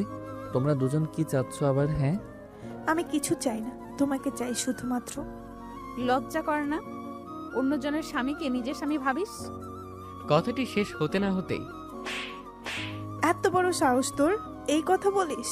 আমি সব প্রমাণ দিয়েই এই বাসায় এসেছি। এদিকে সাথী ভাবতেই পারছে না এমন ভাবে থাপ্পড় দিবে রিফা। সাথী যখন ঘুরে আবার রিফাকে থাপ্পড় দিতে যাবে, ঠিক সেই টাইমে হাসিব হাতটি ধরে ফেলে। অনেক হয়েছে তোমাদের নাটক, এখন বন্ধ করো এইসব। রিফা, আপনি আপনার রুমে চলে যান। রিফা হাসিবের কথা মতো রুমে চলে আসে, কিন্তু এইদিকে আবার সাথীও ভাবতেই পারছে না এমন একটা সময় আসবে যে সময় রিফা এমন পাল্টি খাবে। এখন শুধুমাত্র হাসিবের মাথায় একটি চিন্তা, সাথী করে কবে ডিভোর্স দিবে আর কবে এইসব থেকে মুক্তি পাবে। এমন সময় কান্নাকাটির আওয়াজ শুনতে পায় হাসিব। তে রুম থেকে বেরিয়ে আসে, এসে দেখে রিফা কান্না করছে। কি হয়েছে মা তোমার? কান্নাকাটি করতেছো কেন? বাবা, আমি চাই হাসিব আজ থেকে আমার সাথে থাকবে। কিন্তু ও যদি তোমার কোনো ক্ষতি করে? আমার বিশ্বাস কোনো ক্ষতি করবে না। কি হয়েছে এখানে এত কান্নাকাটি কেন শুনি? এত কিছু বলতে হবে না, আজ থেকে 1 সপ্তাহ রিফার সাথে থাকবি, কথা মনে থাকে যেন। কিন্তু বাবা। কোনো কিন্তু নেই, আমার কথাই শেষ কথা। ঠিক আছে। রাত যখন 9টা বাজে, বাবার কথা মতো হাসিব রিফার রুমে আসে। রুমে আসতে না আসতেই রিফা হাসিবকে জড়িয়ে ধরে। এ কি করতেছেন? ছাড়েন আমাকে। ছাড়ার জন্য কি এনেছি রুমে তোমাকে? এই রূপ যৌবন তোমার চোখে কি পড়ে না? শুধু সারাটা দিন সাথে সাথেই থাক। আমিও তো তোমার বউ নাকি? আপনি কি বলতেছেন এইসব? আশ্চর্য হবার কি আছে শুনি? আমি তো আপনারই স্ত্রী হই। নাটক বন্ধ করুন আর আমাকে ছেড়ে দিন, না হলে চিল্লাচিল্লি করব। চিৎকার করে কোনো লাভ নেই। আপনি কি চাচ্ছেন? হ্যাঁ, আমি চাইতেছি তুমি আমাকে একটি বেবি এনে দাও। হোয়াট? আমি তোমার সন্তানের মা হতে চাই। আবার আমাকে ফান্দে ফেলানোর নাটক শুরু করে দিয়েছেন। না, সত্যি সত্যি আমি মা হতে চাই। একদম চুপ করেন। আপনাকে কি আমি বিয়ে করেছি যে আপনাকে গর্ভবতী বানাবো? হ্যাঁ, প্লিজ আসিফ, প্লিজ, আমি তোমাকে সত্যি অনেক ভালোবাসি, বিশ্বাস করো। বিশ্বাস শব্দটা তো মরেই গেছে। ঠিক তখনই রিফা ওয়ালড্রপের উপর থেকে কোরআন শরীফ এনে বলছে, এই যে দেখো, কোরআন শুয়ে বলতেছি। হাসিব, আমি তোমাকে সত্যি অনেক ভালোবাসি। এটা দেখে হাসিবও একটু আশ্চর্য হয় আর ভাবতে থাকে কি হচ্ছে এইসব। কিন্তু আমাকে কেন ভালোবাসো? জানো, আমি এখানে অভিনয় করতে এসেছি, কিন্তু তোমার পরিবারে এমন ভালোবাসা, স্নেহ, যত্ন পেয়ে আমি তোমার পরিবারের মায়ায় পড়ে গিয়েছি। শুধুমাত্র এর জন্যই কি? না, আরও কারণ আছে। জানো, সাথী তোমাকে ডিভোর্স দিবে 3 মাস পরে, আর সবুজ নামের একটি ছেলেকে বিয়ে করবে। আমাকে এখানে এনেছে যেন তোমাদের সংসারে সমস্যার সৃষ্টি করি, আর বলেছিল তুমি নাকি খুবই খারাপ, তোমার পরিবারের মানুষও খারাপ, তাই 3 মাসের মধ্যে যেন আরও সমস্যার সৃষ্টি হয় আর তুমি ওকে ডিভোর্স দাও। কিন্তু হাসিব, বিশ্বাস করো, আমি এখানে এসে আমি বুঝতে পারি সাথে সব কিছুই ভুল বলেছে, কারণ তোমার পরিবারের মানুষের মতো মানুষ হয় না। আর তুমি এত ভালো একজন মানুষ, যা বলার ভাষা নেই। কি করে তোমাদের আমি কষ্ট দিই, তাই আমি ভেবেছি সাথে চলে গেলে আমি তোমাকে সত্যি সত্যি বিয়ে করে নেব। জানো, সাথী আজ কি বলেছে আমাকে? কি বলেছে? ও বলেছে আমি যেন তোমাকে ছেড়ে যাই, আমার নাকি কাজ শেষ। বিশ্বাস করো হাসিব, আমি তোমাকে ভালোবেসে ফেলেছি। আমি তোমার সাথে সারাটি জীবন থাকতে চাই। কিন্তু প্লিজ, কোনো কিন্তু নাই। তুমি সাথীকে ডিভোর্স দেওয়ার পরেই আমাকে বিয়ে করে নিও। আচ্ছা, আমি ভেবে দেখব। দেখিও, কিন্তু আমার তোমাকেই চাই হাসিব। আচ্ছা, তুমিও যদি সেই দিনের মতো পরে পাল্টি খাও তখন? এই যে কোরআন শুয়ে কথা দিলাম, কখনোই পাল্টি খাবো না। বিশ্বাস করেছি। এখন কোরআন রেখে আসো। হাসিবের কথা মতো রিফাও কোরআন রেখে আসে। আজ মনে হয় বৃষ্টি নামবে, চলো না ব্যালকনিতে যাই একটু। হাসিবও কিছু না ভেবেই চলে আসে রিফার সাথে। ব্যালকনিতে আসার সাথে সাথেই হাসিব ও রিফা দেখতে পায় যে সাথী ও ওর রুমের ব্যালকনিতে এসেছে। সবাই ভাবছেন এটা আবার কেমন করে। সেটা হলো রিফার রুমটি আর সাথের রুমটি দুটো রুমের তফাৎ, তাই একই লাইনে ব্যালকনি থাকার কারণে সবটা দেখা যাচ্ছিল। ওফ, আসো, বৃষ্টি আসবে, কি যে ভালো লাগতেছে। তাই নাকি? বৃষ্টি খুব ভালো লাগে তোমার? অনেক ভালো লাগতো, কিন্তু কখন জানি বৃষ্টি আসবে আল্লাহই ভালো জানেন। একটু অপেক্ষা করো, বৃষ্টি আসবে দেখিও। ঠিক তখনই কথাটি শেষ হতে না হতেই বিদ্যুৎ চমকে ওঠে, আর সাথে সাথে রিফা হাসিবকে জড়িয়ে ধরে। হাসিব কি করবে বুঝতে পারছে না। এরই মধ্যে আবার বৃষ্টিও আসলো। এই ভিতরে চলো, বৃষ্টি পড়তেছে। না, যাবো না, তোমাকে জড়িয়ে ধরে এখানেই থাকবো আর বৃষ্টি উপভোগ করব। আরে না, বললাম না ভিতরে চলো। এটা বলেই হাসিব একটু সাথীর ব্যালকনির দিকে তাকাতেই অবাক হয়, কারণ সাথী সব কিছু দেখেছে। এমন করো কেন? বললাম না যাবো না, আজ দুজনে এখানেই গল্প করব। সাথী কিন্তু সবকিছু দেখতেছে, বুঝছো? দেখুক, তাতে আমার কি? আরে ও কি মনে করবে বলো? কি মনে করবে আবার? এটা বলেই রিফা হাসিবের মুখের কাছে ঠোঁট দুটি নিয়ে যায়। এই কি করতেছো? তোমার ঠোঁটের ছোঁয়া পেতে চাই হাসিব। এখন না, আর এইসব বিয়ের আগে পাপ, বুঝেছো? বাবা, তাই বুঝি। তবে সেই দিন রাতে তোমার পাপের কথা মনে ছিল না? এটা শোনার পরে হাসিব মনে মনে বলতে থাকে, এই রে ধরাটা খাইলাম বুঝি আমি। ওই, মনে মনে কি বিড়বিড় করতেছো? কই কিছু না তো। হাসিবের কথাটি শেষ হতে না হতেই রিফা হাসিবের ঠোঁট দুটি নিজের করে নেয়। এই কি করছো, ছাড়ো। সাথী কিন্তু দেখতেছে। দেখুক, চুপ থাকো তো। এবার হাসিবও কিছু না ভেবেই রিফার সাথে কিছু করতে রেসপন্স দেয়। দুজনে আপন মনে দুজনের ঠোঁট খাচ্ছে, আর অন্য দিক থেকে সাথী সব কিছুই দেখছে। রিফান এমন পাগলামি দেখে হাসিবার নিজেকে যেন কন্ট্রোল করতেই পারছে না। ঠোঁটে 2 মিনিট কিস করতে না করতেই হাসিব আলতো করে রিফার ঘাড়ের চুলগুলো সরিয়ে ঘাড়ে চুমু দিতেই রিফা যেন কেঁপে উঠল। এত রোমান্টিক তুমি মিস্টার হাসিব? না গো, আমি রোমান্টিক না। হয়েছে, এখন ছাড়ো। বললেই হলো, আরো তো অনেক কিছুই বাকি আছে। কিন্তু রিফা একটু নিজেকে ছাড়ানোর চেষ্টা করলেই হাসিব আরও জোর করে। রিফার হাত দুটি দেয়ালে চেপে ধরে গলায় ঘাড়ে আপন মনে চুমু দিতে থাকে। অন্যদিকে রিফা যেন এমন ছোঁয়ায় পাগল হয়ে যাওয়ার মতো অবস্থা। কিন্তু সাথী যে এই সব কিছু দেখছে, এদের এই চিন্তাটা মাথায় নেই। ওই, আমাকে প্লিজ কখনো ছেড়ে যেও না। যাবো না, এখন আদর করতে দাও তো। এই, কোথায় নিয়ে যাও? দেখো কি করি তোমাকে। এটা বলে রিফাকে খাটের উপরে রাখে। এই জানো, তোমাকে শাড়িতে অনেক সুন্দর আর হট লাগতেছে। ওই, কি বলো এইসব? সত্যি বলতেছি, সেই সুন্দর লাগতেছে। এসব সৌন্দর্য তোমার জন্য পাগল। তাই বুঝি? ঠিক আছে, আমি এখন আমার জিনিসগুলা ভোগ করব। এটা বলেই রিফার শাড়িটা এক টানেই খুলে ফেলে, আর নাভির উপরে আলতো করে একটি সুখের পরশ এঁকে দেয় ঠোঁট দিয়ে। রিফার নাভির উপরে হাসিবের ঠোঁটের এমন ছোঁয়া পাওয়ার সাথে সাথে পুরা শরীরের লোম দাঁড়িয়ে যায়। হাজারো চেষ্টা করেও যেন হাসিবের কাছ থেকে আর নিজেকে ছাড়াতে পারছে না। এই রোমান্টিক মুহূর্তের সময় কে জানি হেসে দরজায় নাড়া দিচ্ছে। কে দরজায় নাড়া দিচ্ছেন? আমি সাথী, দরজাটা খুলে দাও তো। এমন মুহূর্তে এসে কেউ সমস্যা সৃষ্টি করবে ভাবতেই পারছে না হাসিব। কি বলার আছে ওখান থেকেই বলুন। বললাম না দরজা খুলো। কি বলার আছে কাল বলিয়েন, এখন ডিস্টার্ব করিয়ে নাও প্লিজ। দরজা না খুললে কিন্তু আমি ছাদ থেকে ঝাঁপ দিয়ে আত্মহত্যা করব। সাথীর মুখে এমন কথা শুনে হাসিব দেরি না করে দরজাটি এসে খুলে দেয়। জি বলুন, কি বলবেন? আমার রুমে চলো। আশ্চর্য, আমি আপনার রুমে যাব কেন? কারণ আমি আপনার বউ, আপনি আমার সাথে থাকবেন। হা হা হা, আপনি আমার বউ? হ্যাঁ, আমি আপনার বিয়ে করা বউ, আর আপনি একজন অপরিচিত মেয়ের সাথে এমন কাজ করতেছেন, লজ্জা করে না? আশ্চর্য, লজ্জা করবে কেন? সেও তো আমার বিয়ে করা একজন বউ। বিয়ে করা বউ মানে? হ্যাঁ, ও আমার বিয়ে করা বউ, আমার যা ইচ্ছে করতে পারবো। নাটক বন্ধ করুন, আমি এনেছি রিফাকে এই বাসাতে। এনেছেন, ভালো করেছেন। আপনাকে ডিভোর্স দিয়েই রিফাকে নতুন করে বিয়ে করব। এটা কখনো সম্ভব না, আমি আপনাকে ছাড়বো না। দেখা যাবে কি হয়। রিফা শোন, তুই যদি আমার জামাইয়ের সাথে খারাপ কিছু করার চেষ্টা করিস, খুব খারাপ হবে, তোকে কিন্তু শেষ করে দেব। হাসিব শুধুমাত্র আমার, বুঝেছিস?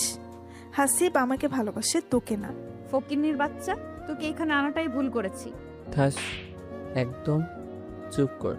অনেক কথা বলেছিস আমার বউকে। কেন এখন তোর সবুজের কি হলো?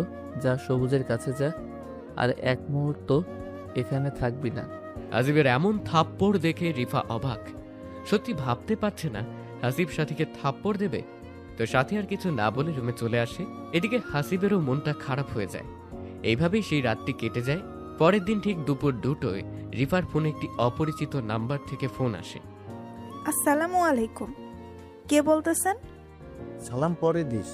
যদি তুই তোর বাবা মাকে বাঁচাতে চাস 2 লক্ষ টাকা নিয়ে আসবি এই ঠিকানায়। রিফা কথাটি শুনেই মাথা ঘুরে পড়ে যায়। ঠিক যখন 10 মিনিট পরে জ্ঞান ফেরে আসে, তখন সাথে সাথেই রিফা হাসির কাছে চলে আসে। আরে রিফা, তুমি এমন হাঁপাচ্ছ কেন? কি হয়েছে? আমার বাবা আর মাকে কে জানে কিডন্যাপ করেছে। কি বলো এইসব? কখন হলো?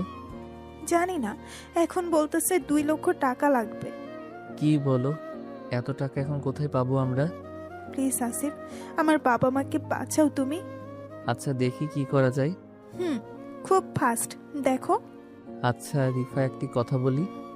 বলো, কি কথা বলবা? এই সব কিছুর পিছনে আবার সাথীর হাত নেই তো? আমার তো মন বলতেছে এই সব কিছু সাথী করেছে। কিন্তু ও এমন কাজ করবে কেন? হ্যাঁ, কাল রাতে শুনলে না তুমি কি কি বললো? আচ্ছা ওয়েট, আমি ডাকতেছি সাথীকে। এরপরে হাসিব এসে সাথীকে ডাক দিয়ে নিয়ে আসে। সাথী, আমি যা প্রশ্ন করব সবগুলার সঠিক উত্তর দিবা। কি এমন প্রশ্ন শুনি আগে? আমি জানি তুমি রিফার বাবা মাকে কিডন্যাপ করেছো। আমি কিডন্যাপ করব কেন? সেটা আমি কি জানি? তুমি ভালো জানো। প্লিজ সাথী, আমার বাবা মার কোনো ক্ষতি করিস না। ওরা ছাড়া আমার কেউ নেই এই পৃথিবীতে। তো এইসব আমি শুনে কি করব? বললাম তো আমি জানি না এইসব সম্পর্কে। মিথ্যা কথা আমি পছন্দ করি না। একে তো কিডন্যাপ করাইছো, আবার 2 লক্ষ টাকাও চাইতেছো। কোনো প্রকার প্রমাণ কি আছে তোমার কাছে যে আমি এসব কিছু করেছি? তুই যে কেমন সেটা আমার থেকে কেউ ভালো জানে না। আমি জানি তুই এই কাজ করেছিস। একদম চুপ কর, মিথ্যা কথা বলবি না। আমার তো মনে হয় তোরা দুইজনে এই সব প্ল্যান করে আমাকে বাসা থেকে বের করে দেওয়ার প্ল্যান করতেছিস। ঠিক এমন সময় হাসিবের বাবা চলে আসে। কি হয়েছে এখানে? এভাবে চিল্লাচিল্লি কেন? তেমন কিছু না বাবা। তখনই সাথী বলে ওঠে, বাবা, হয়েছে কি, রিফা এবং আপনার ছেলে দুজনে মিলে প্ল্যান করেছে আমাকে কিভাবে বের করে দেওয়া যায় বাসা থেকে। কি বলতেছো? কিছুই তো বুঝতেছি না আমি। রিফার নাকি বাবা মা কিডন্যাপ হয়েছে, আর সেই কিডন্যাপ নাকি আমি করেছি। এই সব অভিযোগ আমার উপরে তুলতেছে। দোষারোপ করতেছি না। আমার বাবা মার কি হবে এখন যদি মেরে ফেলে আমার বাবা মাকে? কিছুই হবে না, চলো আমরা পুলিশের কাছে যাই। ওরা এটাও বলেছে যদি পুলিশের কাছে যাই তো আমার বাবা মাকে সাথে সাথেই মেরে ফেলবে। আচ্ছা বাদ দাও, চলো আমরা সবাই মিলে খুঁজে দেখি একটু, নাকি বলো? আমি একটু তোমার সাথে একটা কথা বলতে চাই হাসিব। যা বলার এখানেই বলো, কি হয়েছে? বললাম তো একান্তই কথা বলতে চাই। ঠিক আছে। এটা বলেই হাসিব রুমে আসে। পিছু পিছু সাথীও চলে আসে। বলো, কি বলবে এখন? জানি না কথাটি বিশ্বাস করবে কিনা। কি কথা? কথাটি হলো যে তুমি যে রিফার সাথে এমন ভাবে চলতেছো, তুমি কি ওর অতীত সম্পর্কে জানো? না, কেন? ওর অতীতে আবার কি হয়েছিল? ও কিন্তু একজন মাফিয়ার মেয়ে, বলা যায় ও নিজে একজন মাফিয়া। ওর বাবা মা কেমনে কিডন্যাপ হয়? এই একদম মিথ্যা বানোয়াট কথা বলবে না। বিশ্বাস করো, আমি সত্যি বলতেছি। তো তোমার সাথে এই মাফিয়ার পরিচয় কেমনে হলো? আসলে আমি যে কলেজে পড়তাম রিফাও সেই কলেজেই পড়তো, কিন্তু রিফা ছিল খারাপ স্টুডেন্ট, তাই আমাদের সাথে বন্ধুত্ব করে। আমরাও না বলি নাই, কারণ সবাই আমরা মানুষ, একে অপরের সাহায্য করব, এটাই স্বাভাবিক। তা ঠিক বলেছো। তারপরে হলো কি, আমার সাথে ও সব সময় থাকতো। একসময় দুজনে বেস্ট ফ্রেন্ড হয়ে আমরা একদিন কলেজ শেষে ঘুরতেছি, ঠিক সেই সময় কিছু ছেলে আসে, এসে আমাদের ডিস্টার্ব করতে থাকে। অনেক বোঝাই কিন্তু বোঝে না। ঠিক তখনই রিফা আমাকে ওর ব্যাগটি দিয়ে বলে, তুমি বসো, আমি এদের দেখতেছি। তারপরে কি হলো? তারপরে কি হলো, সবগুলো ছেলেকে এমন ভাবে মারলো, আমি দেখে তো অবাক। আমি তখন ভাবতে থাকি, একটি মেয়ে মানুষ কেমনে এমন ভাবে সবাইকে পিটালো। ছেলেগুলো যখনই চলে যায় আমি রিফাকে জিজ্ঞেস করি, আচ্ছা তোর শরীরে এত শক্তি কই থেকে আসলো রে? সত্যি করে বলবি কিন্তু। থাক, অন্যদিন শুনিস। আজকে বলতে হবে তোকে। তবে শোন, আমি একজন মাফিয়ার মেয়ে, মনে করতে পারিস আমিও মাফিয়া। আমাদের কাজ হলো মানুষকে কিডন্যাপ করা আর পরে মুক্তিপণ চাওয়া। কথাটি শুনে জানো আমি চমকে উঠি আর ভয় পাই। তোর ভয় পাওয়ার কোনো কারণ নেই, তোর কোনো প্রকার ক্ষতি করব না আমি। সত্যি তো নাকি পরে আমাকেও কিডন্যাপ করবি? এই জন্য তোকে বলতে চাইনি, তুই আমার বেস্ট ফ্রেন্ড। আমি কি এসব করতে পারি রে? হ্যাঁ, আমার উপর বিশ্বাস রাখতে পারিস কিন্তু তুই। তবুও ভয় লাগতেছে আমার রিফা, বিশ্বাস কর। তুই যেভাবে ছেলেগুলোর পিটাইলি একজন ছেলেও এমনভাবে পিটাইতে পারবে না। তারপরে কি হলো? এরপরে আমিও একটু ভয় পেতাম, কিন্তু যখন দেখেছি আমার কোনো ক্ষতি করে না তখন আর ভয় পাই নাই। জানো, ওর সাহস দেখেই আমি তোমাদের বাসায় এনেছি। অনেক সুন্দর নাটক সাজাইতে পারো, কিন্তু তুমি বন্ধ করো তোমার এই বানোয়াট নাটক। একটি মেয়ে হয়ে অন্য আরেকটি মেয়ের নামে এমন বাজে কথা বলো, লজ্জাও করে না তোমার? হাসিব, বিশ্বাস করো আমি মিথ্যা বলতেছি না, সবকিছুই সত্যি। বিশ্বাস সেটা আবার তোমাকে? কখনোই না, বুঝছো? কি করলে বিশ্বাস করবে? কোনো কিছুই করা লাগবে না। কেন আমি রিফার সাথে মিশতেছি এটা তোমার সহ্য হচ্ছে না, তাই ওর নামে মিথ্যা অপবাদ দিতেছো। তুমি একজন ছলনাময়ী নারী, বুঝছো? এটা বলেই হাসিব বাহিরে এসে দেখে যে রিফা নেই। বাবা, রিফা কই? রিফা তো নেই, চলে গেল ওর বাবা মাকে খুঁজতে। একাই চলে গেল? আরও কোথায় খুঁজবে ওর বাবা মাকে? আমি জানি না, শোন, মনে হয় বেশি দূর যেতে পারে নাই, তুই যা রিফাকে খুঁজতে যা। ঠিক আছে বাবা, আমিও যাইতেছি। এটা বলে হাসিবও বেরিয়ে পড়ে রিফাকে খোঁজার উদ্দেশ্যে। রিফাকে খুঁজতে বের হলেও হাসিবের মনে এখন একটু ভয় কাজ করছে, কারণ যদি সাথীর কথা সত্যি হয় তখন কি হবে? একজন রিক্সাওয়ালাকে হাসিব প্রশ্ন করছে। আচ্ছা ভাইয়া, এইদিকে কি একটা মেয়ে গিয়েছে? অনেক মেয়েই তো যায়, আপনি কার কথা বলছেন? মেয়েটি একটু লম্বা চিকন করে, তবে ফর্সা অনেক। আর হ্যাঁ, মেয়েটি একটু চিন্তিত ছিল। ও মামা, হ্যাঁ হ্যাঁ, এমন একজন মেয়েকে আমি একটু আগে নামিয়ে দিয়ে আসলাম। মেয়েটা খুব চিন্তিত আর বলতেছিল একটু তাড়াতাড়ি করে চালান রিক্সা। কোথায় নামাই দিছো মামা? রংপুর লালবাগে নামাই দিয়ে আসলাম। ও আচ্ছা, আমাকেও নিয়ে চলুন এখনই। এটা বলেই হাসিব রিক্সাওয়ালা লোকটির সাথে চলে যায়। প্রায় 4 বা 5 মিনিট পর যখন গন্তব্যস্থানে আসে, এসেই দেখে যে রিফা কিছু ছেলের সাথে কথা বলছে। হাসিব আর কিছু না ভেবে ওর কাছে চলে যায়। রিফা, তুমি এখানে আসলে আর সেটাও আমাকে না বলে? আরে তুই এখানে? তোমার বাবা মা কিডন্যাপ হয়েছে, আমি আসবো না তো কে আসবে শুনি? ও আচ্ছা, তুমি চলে যাও, আমি ঠিক খুঁজে বের করব। চলে যাব মানে কি সব বলতেছো? আমি চাই না আমার জন্য তোমার পরিবারের কারো কোনো প্রকার ক্ষতি হোক। একদম চুপ করো আর বলো এই ছেলেগুলাকে, আর তুমি বা কি করতেছো এদের সাথে? আসলে এরা হলো তোমার গ্যাং, তাই তো? গ্যাং মানে? আর মিথ্যা বলবে না, আমি জানি তুমি একজন মাফিয়ার মেয়ে। ও সবটা জেনেই গেছো তবে? সাথী বলেছে। ও সত্যি বলেছে হাসিব, আমি একজন মাফিয়ার মেয়ে, অনেক খারাপ। আমার কাছে এতদিন লুকাইছো কেন? কারণ যদি আমি বলতাম তুমি আমার সাথে জীবনেও মিশতে না। তাই বলে তুমি এত বড় সত্যিটা লুকাই রেখেছো? প্লিজ হাসিব, আমাকে মাফ করে দিও, আর আমি চাই না আমার জন্য তোমার ক্ষতি হোক। কিন্তু আমি তো তোমার পিছু ছাড়বো না। আর না, তোমার ক্ষতি হবে। হলে হোক, কিন্তু তোমাকে একা যাইতে দিব না। এমন পাগলামি করিও না তো হাসিব, তোমার কিছু হলে তোমার বাবা মার কি হবে? হ্যাঁ, সমস্যা নাই, চলো। এরপরে হাসিবের এমন জোড়াজড়িতে রিফা ওর না করতে পারেনি, তাই বাধ্য হয়ে হাসিবকেও নিয়ে যাইতে চায়। তুমি যাবে, কিন্তু খুব সাবধানে থাকতে হবে। কেন কেন? কারণ ওদের কাছে অনেক অস্ত্র আছে। কি বলো এইসব? ওরা অনেক খারাপ মানুষ। আচ্ছা, তোমাদের কাছে নেই অস্ত্র? আছে, আমাদের কাছেও আছে অনেক। তুমি কি চালাইতে পারো অস্ত্র? পারি। ও আচ্ছা, ঠিক আছে। তোমরা কি জানো তোমার বাবা মা কোথায় আছে এখন? জানি, এখান থেকে 2 কিলোমিটার দূরে একটি পরিত্যক্ত বাড়িতে রেখেছে। আচ্ছা ঠিক আছে, চলো তবে। আমি আবারও বলতেছি, সাবধানে থাকতে হবে তোমাকে। এরপরে হাসিব রিফার কিছু ছেলে সবাই মিলে গন্তব্যস্থানে যায়, কিন্তু গিয়েই দেখে যে পুরো বাড়িতে লোকজন পাহারা দিচ্ছে। প্রায় 15 বা 20 জন লোক হবে। এমন সময় রিফার ফোনে আবার কল আসে। হ্যালো, কোথায় যাইতে হবে এখন আমাদের? ফোনে স্পিকার থাকার কারণে সব শোনা যাচ্ছে। বাড়ির ভিতরে চলে আসো। আর হ্যাঁ, কোনো চালাকি করতে পারবা না, যদি করো তোমার বাবা মাকে শেষ করে দেবো। ঠিক আছে, যাচ্ছি। রিফা, কি হলো?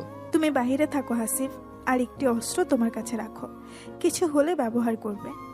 আমিও ভিতরে যাব। প্লিজ দয়া করে ভেতরে যেও না, তুমি বাইরে থাকো। ঠিক আছে, আমি বাহিরে আছি, কিন্তু তুমি যদি বাহিরে না আসো আমি কিন্তু ভিতরে চলে যাব। ঠিক আছে। এরপরে হাসিব বাহিরে থাকে আর রিফাও ছেলেগুলো ভিতরে যেতে থাকে। এমন সময় একজন ছেলে রিফাকে বলে ওঠে, আপু, তুমি এই ছেলেটাকে চিনো? তোদের দুলাভাই হবে ও। কিন্তু আপু, একটি কথা বলতে চাই, তুমি আবার কি ভাবো না ভাবো? বল, কি বলবি? আপু, এই ছেলেটাকে আমি চিনি, ও গোয়েন্দা। তোর মাথা ঠিক আছে পাগল একটা?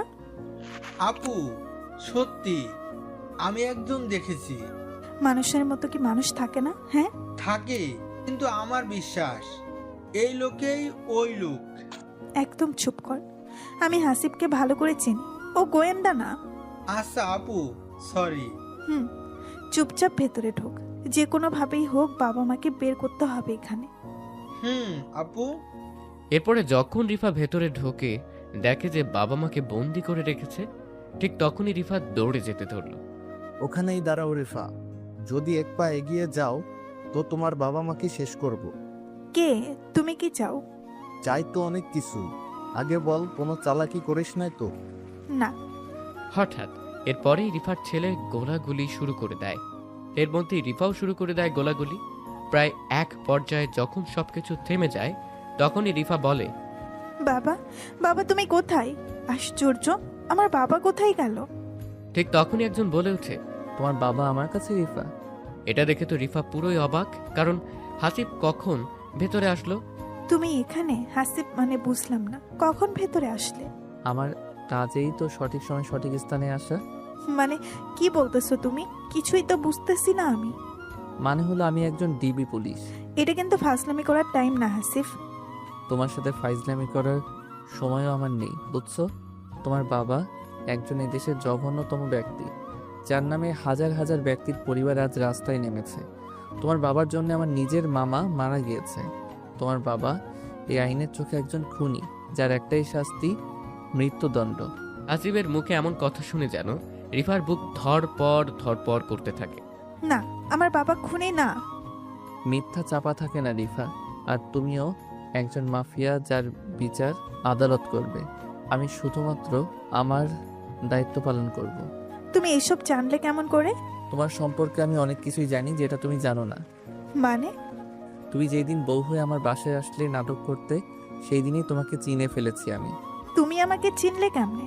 তোমার ফটো আগে থেকেই আমার কাছে ছিল, তোমাকে মনে মনে খুঁজতেছিলাম, কিন্তু মেঘনা চাইতেই তুমি বৃষ্টি হয়ে এসেছো। তার মানে তুমি জেনে শুনে আমার সাথে এমন করছো? জি। আমি বিশ্বাস করি না। Has your wish. তার মানে তুমি কি আমাকে ভালোবাসো না? জি না, তোমার মতো একজন মাফিয়ার মেয়েকে আমি কেমনে ভালোবাসবো বলো? ইঁদুর বিলাইয়ের কি কখনো মিল হয় শুনেছো? সেই রকম তুমি ইঁদুর। এত বড় ধোকা, তাও আবার আমার সাথে। এটা কেমনে করলে তুমি হাসিব? সত্যি আমি তোমাকে অনেক ভালোবাসি। হাসিবের এমন হাসি দেখে সেই ছেলেটা আবার রিফাকে বলতে থাকে, আপু, আমি তোমাকে বলছিলাম না এই ছেলেটাকে আমি আগে দেখেছি? এ একজন পুলিশ। তুমি আমার কথা বিশ্বাস করো নাই। কিচ্ছু হবে না, চুপ থাক তুই। রিফা, রাইফেল সব নিচে রাখো, না হলে আমি তোমার বাবা মাকে গুলি করতে বাধ্য হব। তুমি আমার সাথে এত কিছু করেও বলতেছো আমাকে ভালোবাসো না? এটা ব্যাপার না, কিছু কিছু কাজে এমন করতে হয়। ছি হাসিফ, তুমি এমন করলে।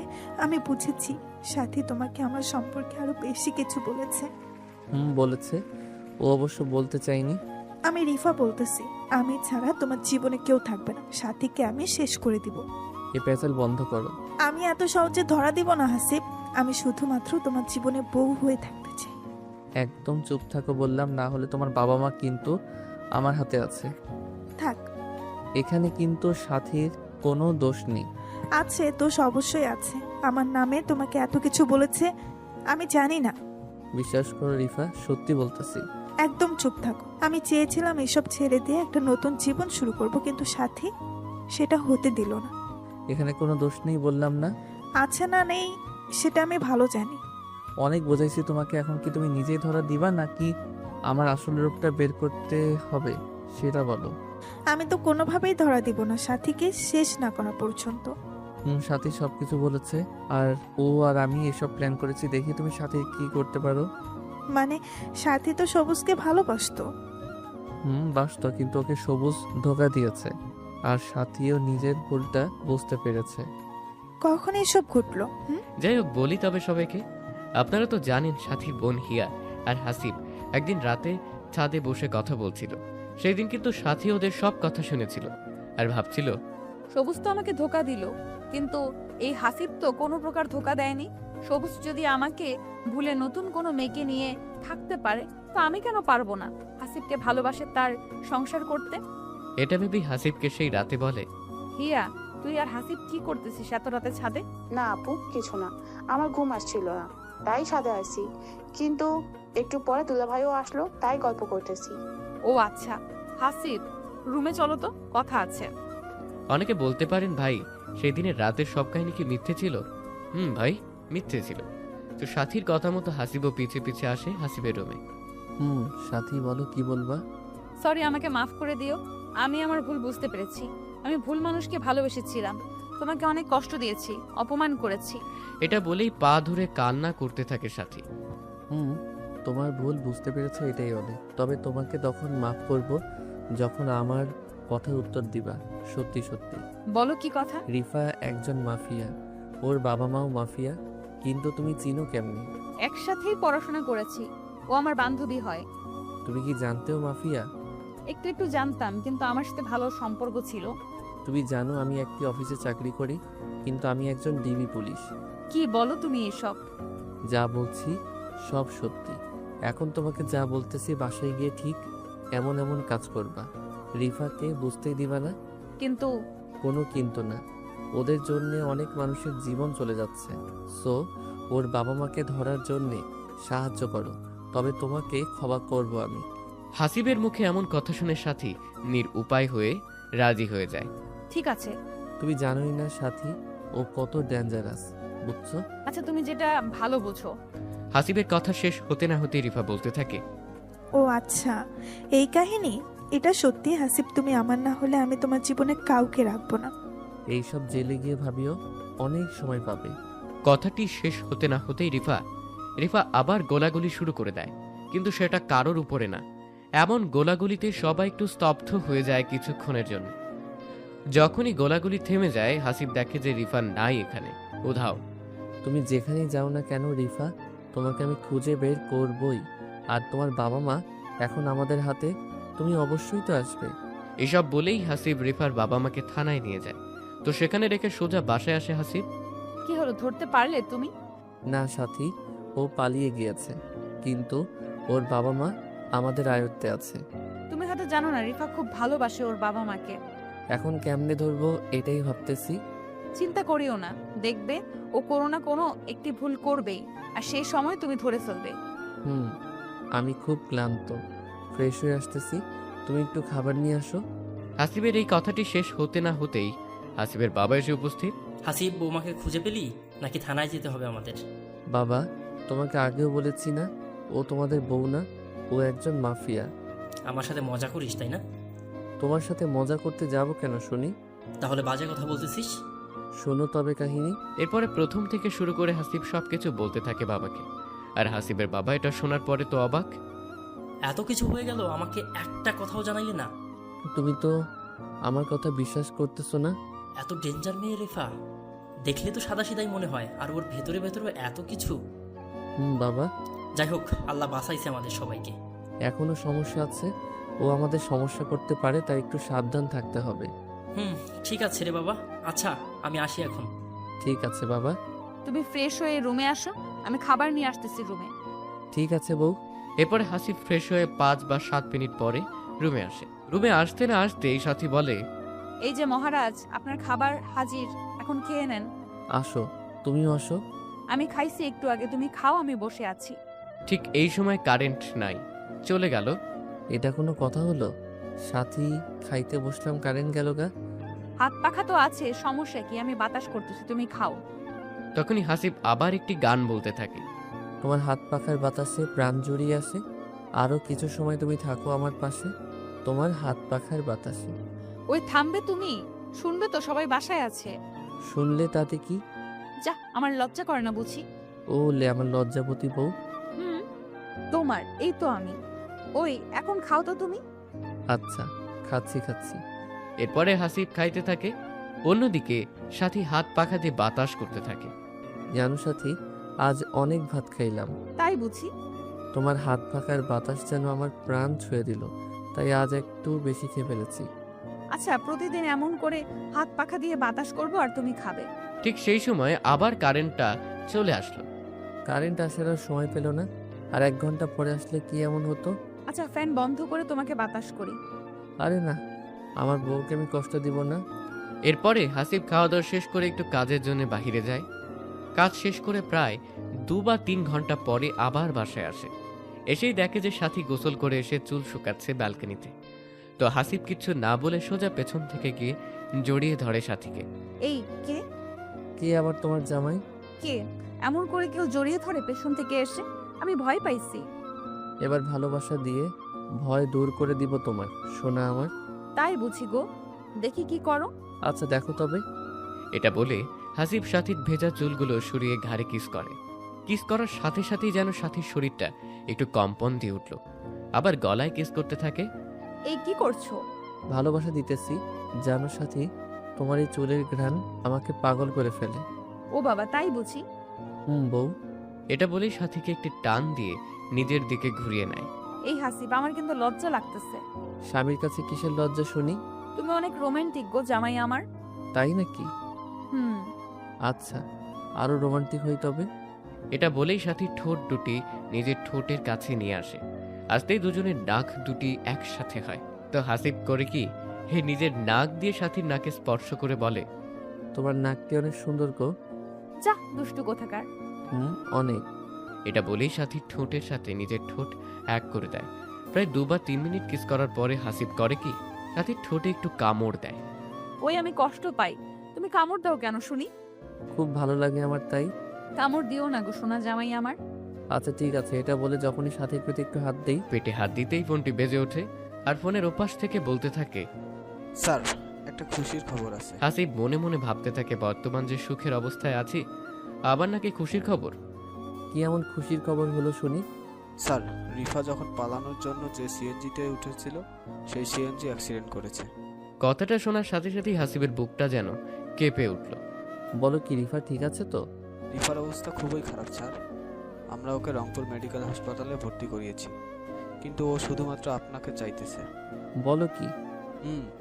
যত তাড়াতাড়ি পারেন আপনি আসেন, আমি অপেক্ষায় আছি। ঠিক আছে, তুমি ওখানেই থাকো, আমি যাচ্ছি এক্ষুনি। কি হয়েছে হাসিব, তোমাকে চিন্তিত দেখাচ্ছে কেন? রিফার গাড়ি অ্যাক্সিডেন্ট করেছে, এখন হাসপাতালে ভর্তি আছে, না বাছা অবস্থা। ওখানে এখন যাইতে হবে। আমিও যাব তোমার সাথে, আমাকে নিয়ে চলো। কিন্তু কোনো কিন্তু না, চলো আমাকে নিয়ে। এরপরে হাসিব সাথীকে নিয়ে সোজা হাসপাতালে চলে আসে। কিছুক্ষণের মধ্যে এসে দেখতে পায় যে রিফা একটি বেডে চিকিৎসাধীন অবস্থায় শুয়ে আছে। তো হাসিবকে আর সাথীকে দেখতেই উঠতে চেষ্টা করে। ওখানে শুয়ে থাকো, আমি যাচ্ছি তোমার কাছে। এটা বলে হাসিব সোজা রিফার মাথার কাছে বসে। চিন্তা করিও না রিফা, সব ঠিক আছে। আমি মনে হয় আর বেশিক্ষণ বাঁচবো না হাসিব। মারা যাবার আগে কি তোমার কোলে আমি একটু মাথা রাখতে পারি? কথাটি শোনার সাথে সাথেই হাসিব রিফার মাথাটা কোলে নেয়। আরে পাগলি, তোমার কিচ্ছু হবে না। না হাসিব, আমার সময় বেশি নেই। সাথে এদিকে আয় না, দরজার ওখানে কি করিস? সাথী কান্না অবস্থায় বলতে থাকে, আজ আমার জন্য তোর এই অবস্থা হবে আমি ভাবতেই পারি নাই। আমি যদি জানতাম, বিশ্বাস কর, তোকে কখনো এই বাসায় আনতাম না। ভাগ্যে একটা, আমার কপালে যে এটা ছিল রে। এখানে তোর কোনো দোষ নেই, আমার পাপের সাজা আমি পাচ্ছি। একদম চুপ থাক। সাথে একটা কথা বলে শোন, হাসিবকে কখনো কষ্ট দিস না। জানিস হাসিবের বাবা মা অনেক ভালো। তোরা যখন বিয়ের পিড়িতে গেলি ঘুরতে তোমাদের বাসায়, তখন জানিস আমাকে এত আদর করেছে যা আমি আমার বাবা মার কাছে কখনো পাইনি। তাই ভেবেছিলাম তোর ডিভোর্স হলে আমি হাসিবকে বিয়ে করব, আমার আগের সব অতীত ভুলে নতুন করে বাঁচবো। তাই আমি এসব করেছি রে। আমার ব্যবহারে কষ্ট পাইলে মাফ করে দিস, আর কথাতে হাসিবকে কখনো কষ্ট দিবি না। জানিস আল্লাহ আমার কপালে এই সুখ রাখেনি। যাই হোক, আল্লাহ যেটা ভালো বুঝেছে সেটাই হয়তো করেছে। প্লিজ আমাকে কথা দে না। রিফার মুখে এমন কথা শুনে হাসিব সহ পুরো রুমের লোকের সবার চোখে পানি এসেছে। আমি তোকে কথা দিলাম কখনো হাসিবকে কষ্ট দিব না, সব সময় অনেক ভালোবাসবো। এখন ঠিক আছে হাসিব, তুমিও কথা দাও, কখনো সাথীকে কষ্ট দিবে না। কথা দিলাম। ও হ্যাঁ, আরেকটি কথা, আমার বাবা মা তো জেলে, ওদের একটু দেখে রাখিও প্লিজ।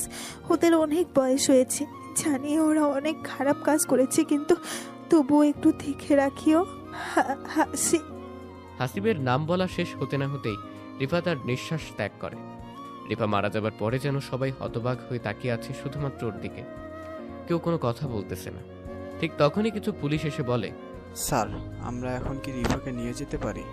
কারণ ওকে চেক করতে হবে। তার কোনো দরকার নেই, আমি ওকে আমাদের নিজস্ব কবরস্থানে মাটি দিব। কিন্তু স্যার। কোনো কিন্তু নেই।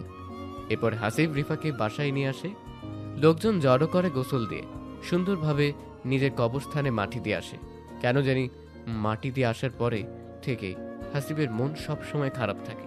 তুমি ইদানিং খুব টেনশন করো, এটা কিন্তু ঠিক না। আমরা তো শুধুমাত্র একটা জিনিসেই বর্তমান করতে পারি, রিফার জন্য, সেটা হলো দোয়া। সাথী ঠিক বলেছ। এরপরে হাসিব ও সাথী দুজনেই সুখে জীবন কাটাতে থাকে। মাঝে মাঝে হাসিব রিফার কবরস্থানে গিয়ে দোয়া করে আসে যাতে রিফাকে আল্লাহ জান্নাত নসিব করে। ধন্যবাদ সবাইকে, ভালো থাকবেন। এটা কাল্পনিক গল্প, কেউ বাস্তবে নেবেন না। আল্লাহ হাফেজ।